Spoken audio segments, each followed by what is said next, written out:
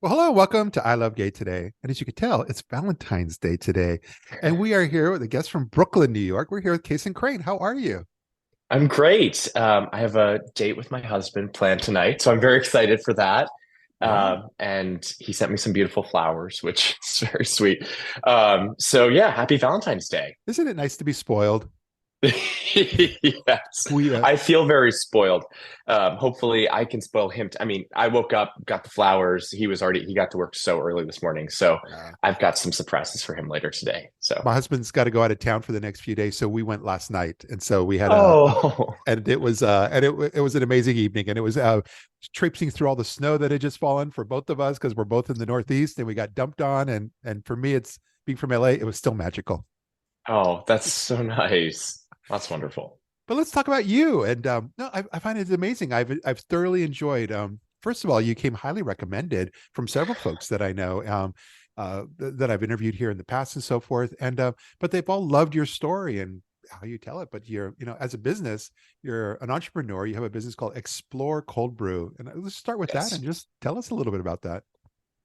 Sure. I mean, I think owning a small business is one of the most challenging and rewarding things that anyone can do. And I feel very lucky to have the opportunity to take on that challenge in my life. I started Explorer 3 years ago.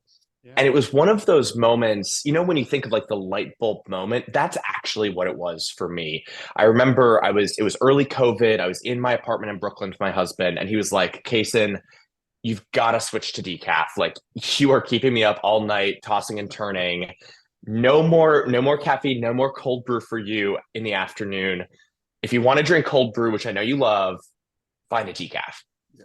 And so I searched on Amazon. I was like, decaf cold brew, and it didn't exist. Nobody was making products for the caffeine conscious consumer.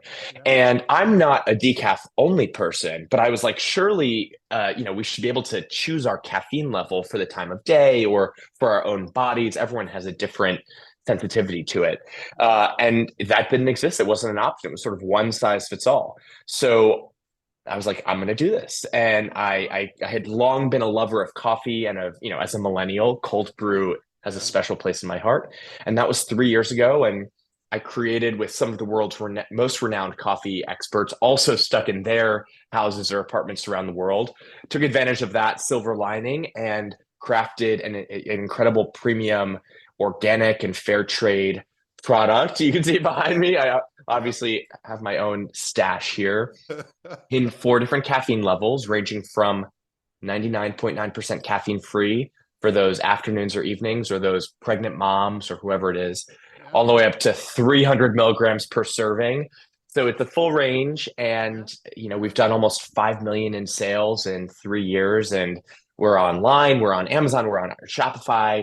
Now we're in grocery stores. We're in 500 grocery stores across the country, and planning to double that in the next few months. So it's been a crazy journey, and there have been lots of challenges too. So it's not all good. There have been plenty. I mean, there have been days when I have truly like not been able to get out of bed. I feel so overwhelmed, or I get a setback, and I'm like, Yeah. I don't know how I can get past this. Wow, I'm intrigued because this is we're a coffee house here, and I've actually got three machines that including a bean grinding whole setup, and so folks love to come over whenever we're making coffee, and we both work from home, so Oh, this whole cold brew in the afternoon, it's resonating, so I may have to try this. and I will say, last night I had a Valentine's Day Eve event where we made a bunch of Explorer Cold Brew coffee cocktails. Yeah. Oh my gosh, there is so much more than the espresso martini. Like Explorer is such a great base for a whole wide range of coffee cocktails. So if you're a cocktail lover, or you can even do it as a mocktail, I can send you some recipes. There's some really awesome ones. I'm even more intrigued. My husband is a espresso martini lover, and he's been making those every time folks come over as well. So you've got us on both fronts. So I'm truly, I think we're Well, going to I hope follow up on that this. yes, definitely. I'm going to send you some recipes, some of our product, and I can't wait. It's also great when you're hosting. Otherwise, you have to like pull an espresso shot, pull an espresso. It's like you're just spending so much time on it, and you're spending less time drinking and socializing. So Well put. Well put. Um, no, and no, but it's interesting also. You're talking about being an entrepreneur and the business side, but you're very active with the, especially even in the LGBT space, with some of the business chambers, and so you're certified with the National Gay and Lesbian Chamber and the Canadian 2S LGBTQI plus. See, I got that right. Chamber of Commerce.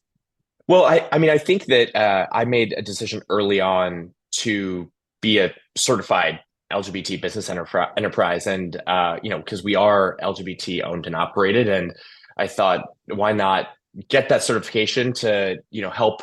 I think more businesses should do that, and also to as a way to network with other LGBT businesses. So I think it's a no-brainer, and I always recommend. There's a wide range. There's bigger businesses, medium-sized businesses, small businesses, solopreneur, freelancers even are part of that network. And I highly recommend that folks register and get the certification. Yeah, yeah. I've met some awesome people.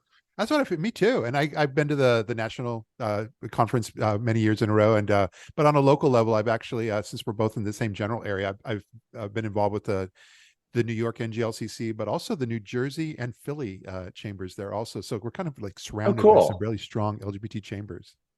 I haven't been to any New Jersey or Philly events, just New York events, but Yeah. I'm always meeting new people and having really productive conversations. And you just never know when you're going to go and meet someone who, you're going to click with from a business, standpoint or personal standpoint, or you can help each other out. Whether like I met a lawyer last time who actually ended up being really giving me some very good legal advice, Yeah. for the business and stuff we were working on that we're just helping each other out, and it all comes out in the end. We all end up benefiting in the end. Yeah, I agree. I love that. And but what's interesting is that the name of your business, Explorer Cold Brew. You're the explorer in chief.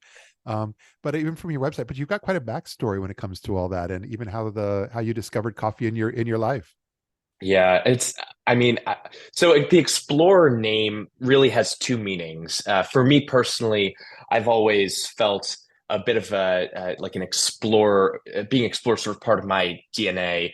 My mother, from an early age, instilled in me and my siblings this crazy passion to explore the world, to push our bodies physically, mentally. So, I mean, I did my first half Iron Man triathlon when I was 12 years old.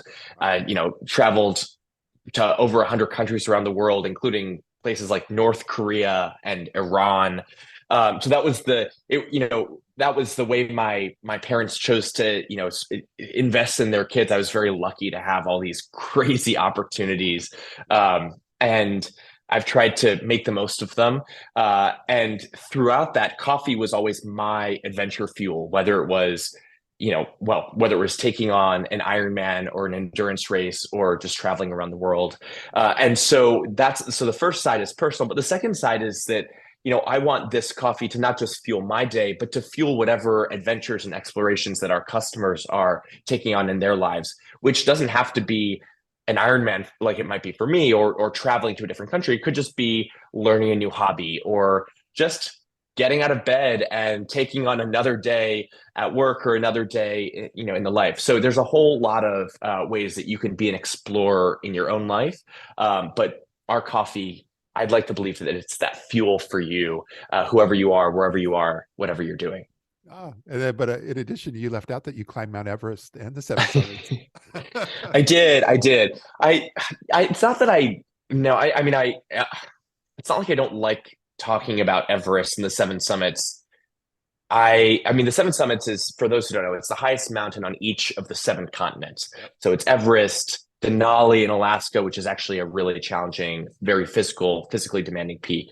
Elbrus in Russia, Kilimanjaro in Tanzania, Vinson in Antarctica, and Karsten's Pyramid in eastern Indonesia in the Yeah. Australasia continent, and then obviously Everest. Oh, and Aconcagua in South America. Okay. Um, I mean, it was an incredible experience. Climbing Everest was like a dream. It's like a dream come true, which is a weird thing to say because it's also very hard. It's this challenging physical feat, but it's also every moment that you're on the mountain, you're like, oh my God, I can't believe I'm climbing Mount Everest right now. And it has this surreal feeling. And actually, it was in May. It'll be 11 years since I climbed Everest. I climbed it when I was 20 years old, Okay. and I brought the pride flag up. To my knowledge, the first time it had been brought up to the summit, Yeah. in history, which is very cool. And I hope that since then it's been carried up there many times, and will be many, many more times in the future. Yeah, I actually interviewed someone a few years, maybe only like 2 years ago, but he has a tour company based out of, I believe, Nepal or that area, and it's all about bringing people at the seven summits. It was the whole thing about making this like a global achievement for folks, and it sounds like you would identify with him very well.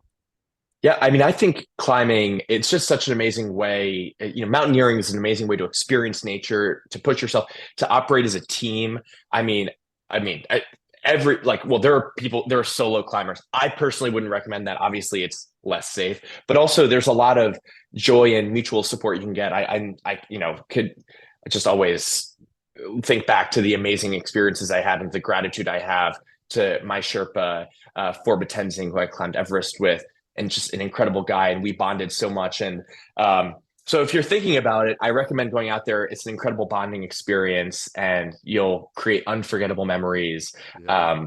in so many ways. But now, has that allowed you to segue into being on Peacock television with Race to Survive? Yeah, it's funny. That is actually how I ended up getting cast on Race to Survive Alaska, the Yeah. first season one, Yeah. which aired on Peacock. It's aired on the USA Network, and it's on Peacock now, so you can Okay. stream it. It was a crazy, I'll say, a first season of any show. I didn't realize this. I've never done television before, and I never looked to do reality TV. It wasn't something I was seeking out. The casting people reached out to me on Instagram because of my climbing Everest with the pride flag. And I'm like, you know what? Maybe this will be a crazy experience. It was teams of two. My sister, all my siblings are similarly inclined, but I thought, oh, my sister and I could just be another great bonding experience. But you don't know what the challenge is. This is something that I don't think people appreciate. We did not know what we were getting ourselves into in detail or in specifics until they started filming. Yeah. So if when you start watching in those first few minutes, and we're on these boats to the start in Alaska off the coast, in early summer, we still did not know when we were on those boats what the actual challenge was going to be. I wish they actually communicated that better to the viewer, but it was a crazy experience. There's not a single adventure show like it out there, because it combines the survival aspects of like naked and afraid or alone, and the racing aspects of like an amazing race in a really unique way. And yeah, I can't say that I enjoyed my days out there. Turns out starvation is a pretty miserable feeling, Yeah. but I'm very grateful for the time. And my sister and I mean, that was a bonding experience. I'll tell you. Yeah. I mean, crazy. I'm intrigued. I'm going to watch it this month. Great. Yeah. Let me know what you think. I will. Um, and I have to say, keep in mind, because one thing that sometimes, I have climbed Everest, I did the seven summits, I do a lot of endurance racing, but I actually don't identify as an outdoorsy person. Like, I love cocktails. I live in Brooklyn. I Yeah. have a beautiful English bulldog, and I'm very comfortable and happy in my life here. I don't actually, there are plenty of people who like they love going Yeah. out and camping for the weekend. I actually don't. If you When you watch the show, you might get a different impression, but I promise you, in your mind, just remember that as you see me like struggling to make fire with flint and steel in the rain with no tent under just like a leaky painter's tarp for 2 months in the Alaskan wilderness.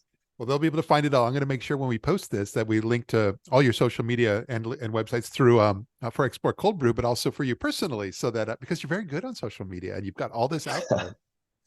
Well, thank you. And but no, mostly number one, I'm really appreciative you're able to just take a few moments of your time and share a bit of your story with our audience. And two, I'll let you know the next time when I go to an NGLCC New York event over the next couple of months, we might be able to run into each other.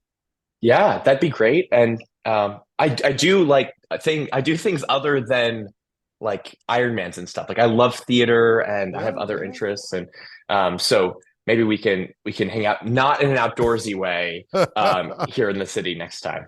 I'd love that. But so much, it's so great to meet you, and thanks so much for being here. Yeah, thank you for having me. All right, take care. Feels good, so good.